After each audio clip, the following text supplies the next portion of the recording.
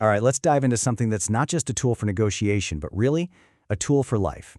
We're going to talk about breaking through the single biggest barrier we all face, and it's the one we build inside our own heads. So let me ask you something, and I want you to be really honest with yourself. How many times have you given up on a negotiation before it even started? I mean, how many times have you walked away from a potential win or a great deal just because you told yourself, it's not even worth asking? And that right there brings us to our first big idea, the self-imposed limit. This is all about that invisible wall we hit, and really digging into why we so often stop ourselves before we even get to the starting line. See, at the heart of it all is this little story we tell ourselves.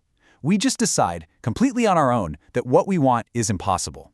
We play out the whole thing in our heads. We imagine them saying no, and then we pat ourselves on the back for saving ourselves the trouble of even trying.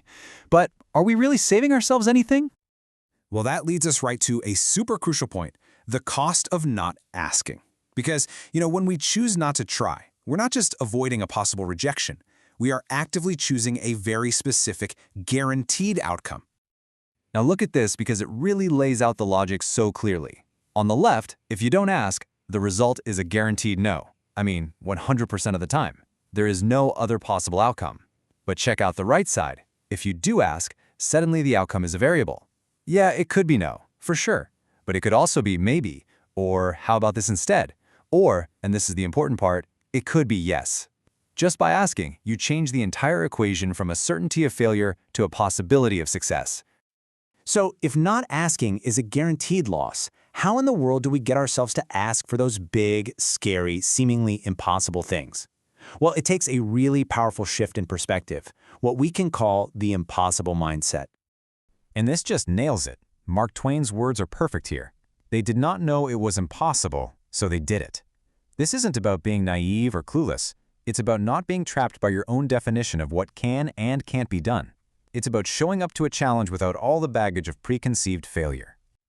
So here's the core of it, right here. The try the impossible mindset is basically the belief that just because something feels out of reach to you, from your point of view, it might not be impossible for the person you're talking to. They might have totally different needs, different resources, a different worldview that makes your impossible request seem perfectly reasonable to them. Okay, so understanding a mindset is one thing, but putting it into action, that's what really counts. So this last part is all about how we can actually use this approach to, achieve some pretty extraordinary things. It really boils down to these 3 simple but incredibly powerful steps. First, you have to dare to ask. You just have to open your mouth and put the request out there. Second, you got to dare to negotiate. Don't just take the first answer. Be ready to have a real conversation. And third, and maybe this is the most important one, you have to dare to believe it's possible. You have to go in with a genuine belief that a yes could actually be on the other side.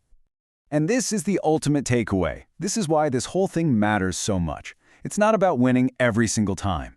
It's about understanding that the pursuit of what seems out of reach is the very thing that pushes us beyond what we thought we could do. It's by attempting the impossible that we so often land somewhere truly extraordinary. So, I'll leave you with this question. Forget about what you think is reasonable or likely for a second. What's one truly impossible thing that you're now going to ask for?